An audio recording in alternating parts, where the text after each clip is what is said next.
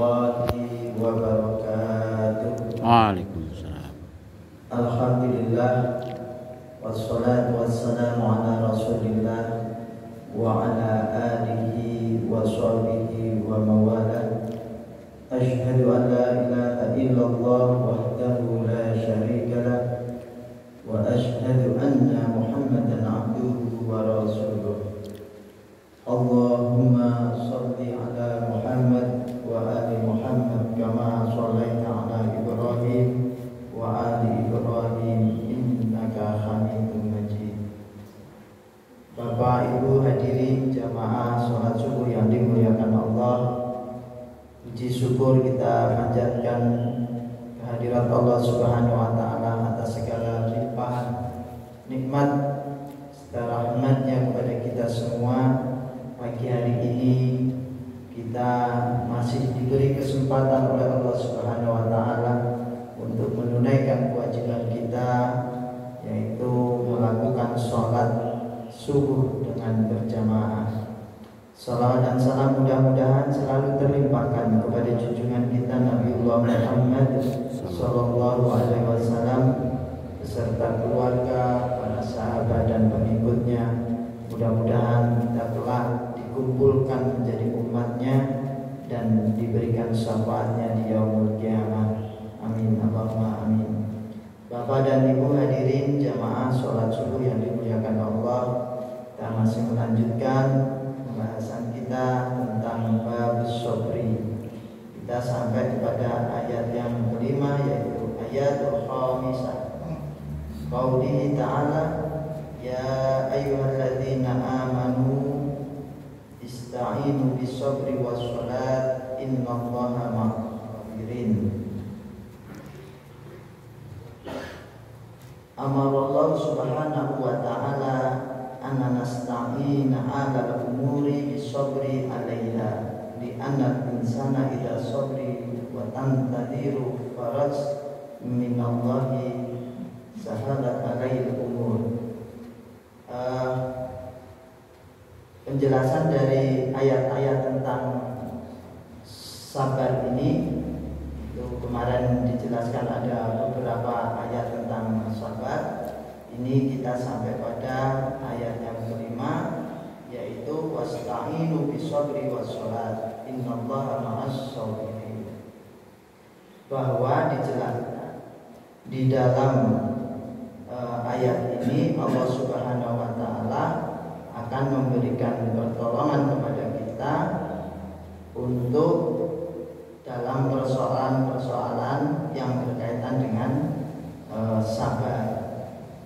Karena manusia itu ketika mampu dalam bersabar, maka Allah akan memberikan kemudahan dan jalan keluar setiap persoalan-persoalan yang dihadapinya. Bapak dan Ibu hadirin jamaah sholat subuh yang dimuliakan Allah Subhanahu wa ta'ala.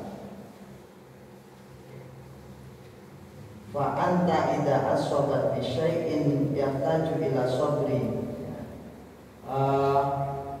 Maka kita semua bila mana tertimpa musibah, maka kita akan mengharapkan yahtaju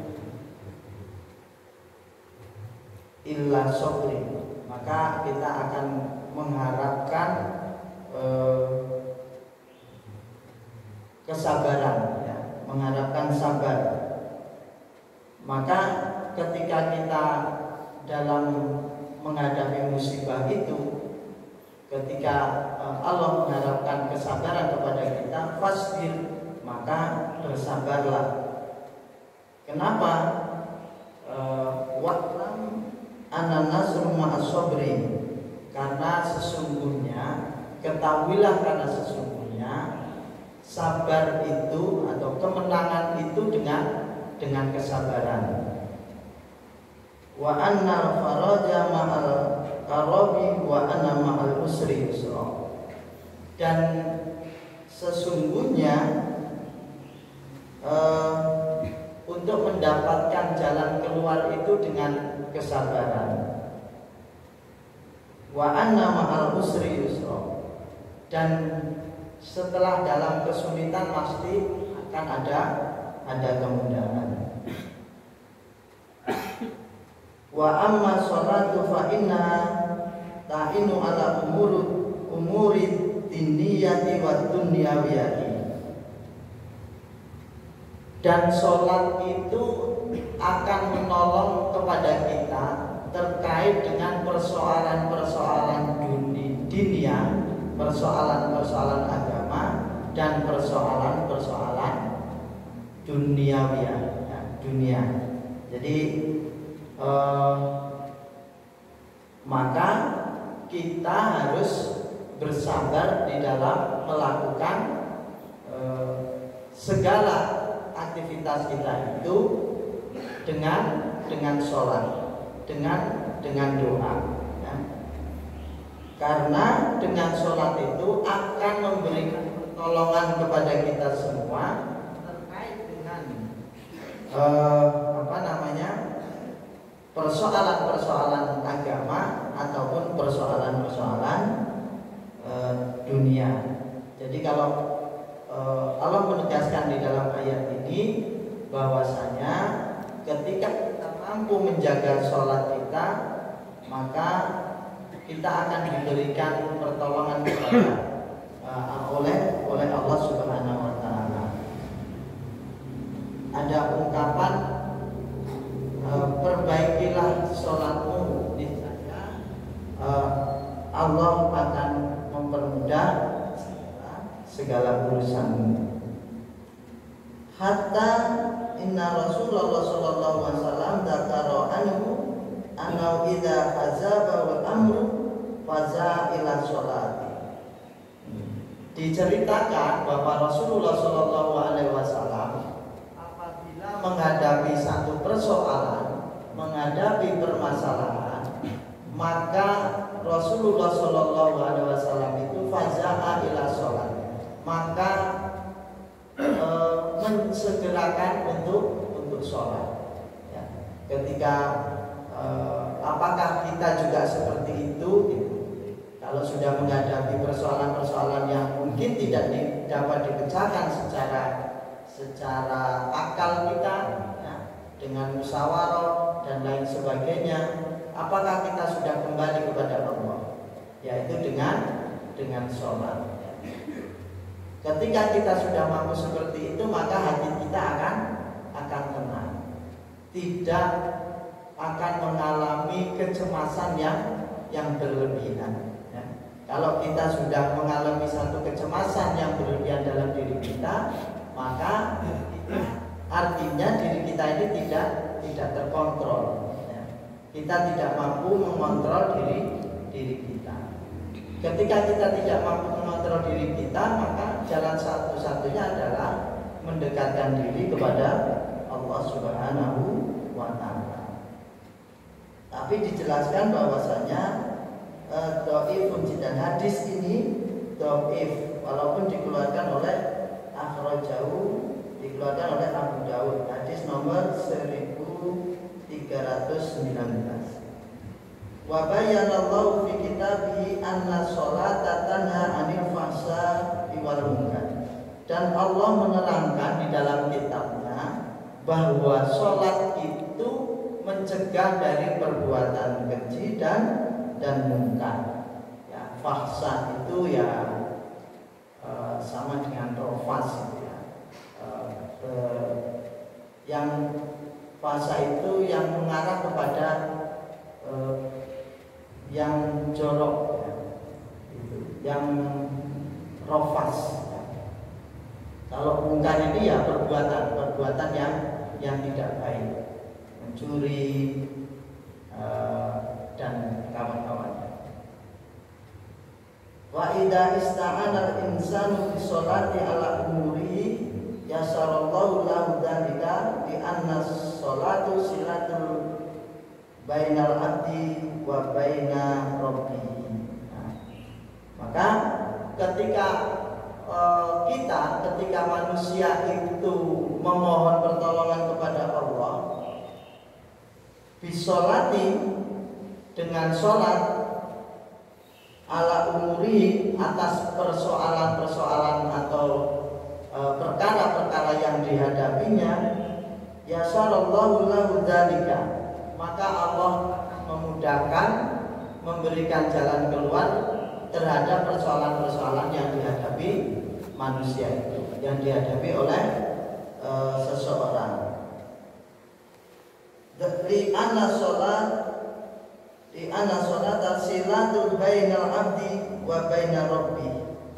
Kenapa? Karena sholat itu menjadi silah penghubung antara hamba dan Tuhannya, antara hamba dan Rabb-nya. Jadi sudah apa ya? Yang terakhir lah itu kita lakukan. Ya. Sudah mentok. Ya. Itu sudah selemah-lemahnya iman. Kalau kita tidak dapat memecahkan satu persoalan-persoalan yang kita hadapi dalam hidup ini dengan saudara atau dengan orang lain kita gitu, kadang-kadang ini jadi jalan keluar bagi kita. Tapi mestinya ketika kita menghadapi ini, sholat itu menjadi jalan yang pertama yang harus kita adukan kepada Allah terhadap persoalan-persoalan yang kita hadapi. Maka kadang-kadang akal kita ini duluan akal kita. Kalau kita sudah duluan hati kita, insya Allah ketenteraman itu akan bersemayam di dalam dada kita. Fayaqul insanu fiha baina yadayillah wa yunajihi wa yad'uhu wa yataqarrabu ilaihi bi anwa'il qurbati allati takunu fi hadhihi sholatu fakanat sababun lil ma'unati. Jadi ketika manusia berdiri ya, untuk menghadap kepada Allah, untuk sholat ya, bermunajat kepada Allah, berdoa kepada Allah, wa yataqarrabu, mendekatkan diri kepadanya dengan berbagai cara ya, pendekatan yang menjadikan sarana ya, fi hadis sholat ya, maka dengan sholat itu Allah akan mendatangkan turunnya sebab pertolongan dari Allah. Fakanat sababan lil ma'unati. Jadi ketika kita memohon kepada Allah, bermunajat dengan sholat itu, maka ini akan menjadi sebab turunnya pertolongan Allah kepada kita. Yang jadi pertanyaan kita masing-masing kan, yakin nggak kita dengan itu? Mestinya kita harus yakin dengan sholat itu akan mendatangkan sebab turunnya pertolongan dari Allah Subhanahu wa taala. Seperti yang difirmankan Allah Subhanahu wa taala, wa qaulihi innallaha ma'as shabirin. Yakni bidzalika amiyatul khassati li anna ma'iyatullahi Subhanahu wa taala tanqasimu illa ismaini. Jadi sebagaimana disebutkan di dalam firman Allah, innallaha ma'as shabirin, sesungguhnya Allah bersama orang-orang yang bersabar. Yakni bidzalika, yang dimaksud di sini adalah ma'iyah. Ma'iyah itu adalah kebersamaan Allah kepada hamba-hambanya. Al-ma'iyatul khassah li anna ma'iyatullah subhanahu wa ta'ala tanqasimu ilal ismain. Jadi ada ma'iyatul khassah, ada ma'iyatul am. Karena kebersamaan Allah itu terbagi menjadi dua, dijelaskan di dalam kitab ini. Yang pertama adalah ma'iyatul am samilatul likulli ahadin, yaitu kebersamaan Allah terhadap atau kepada semua makhluk ya, semua makhluk ciptaannya. Jadi Allah itu bersama setiap makhluk ciptaannya, tidak hanya kepada kita. Wa hiya madhkuratin fi qouli ta'ala wa huwa ma'akum aina ma kuntum. Sesungguhnya Allah bersamamu dimanapun kamu berada. Al-Hadid ayat keempat. Wa fi qouli ta'ala ma yakunu min najwa salasatin illa huwa rabi'uhum wala khamsatin illa huwa sadisuhum wala adna min dzalika wala aksara illa huwa ma'ahu aina makan. Ini sering dibaca sama Pak Haji Harun ya. Jadi kalau kita ini harus yakin Allah itu selalu ada dalam pembicaraan yang rahasia sekalipun. Kalau kita berbicara 3 orang bertiga, maka yang menjadi keempat itu Allah. Dan ketika kita ini berempat, maka yang kelima itu Allah. Dan kalau kita berlima, maka yang keenam itu Allah. Atau apakah kurang atau lebih dari itu, maka selebihnya itu adalah Allah. Kalau sudah seperti itu, maka kita sadar bahwa wahadil ma'iyatul amati samilatun li jami'il khalqi fama min makhluqi illa wallahu ma'ahu ya'lamu wa yuhitu bihi sultanan wa qadratihi wa sam'an wa basyiran wa ghairi dzalik. Jadi kebersamaan Allah secara umum itu terhadap kekuasaannya ya, terus segala sesuatu yang dengan pendengaran, penglihatan, wa ghairu dzalik, dan lain selain daripada itu. Jadi itu yang bersifat kebersamaan Allah secara umum. Kemudian amal ma'iyatu khassah, kalau kebersamaan Allah secara khusus, fa ya ma'iyatul lati taqtadin nasru wa ta'didi wa hadil khassatu bir rasuli wa ataba'uhum laisa bikultin. Ya, jadi yang khassah itu hanya diberikan kepada rasulnya, kepada utusannya atau orang-orang yang dikehendakinya. Innallaha ma'al ladzina taqaw wal ladzina hum muhsinun, yaitu diberikan kepada orang-orang yang bertakwa kepada Allah dan orang-orang yang berbuat kebaikan.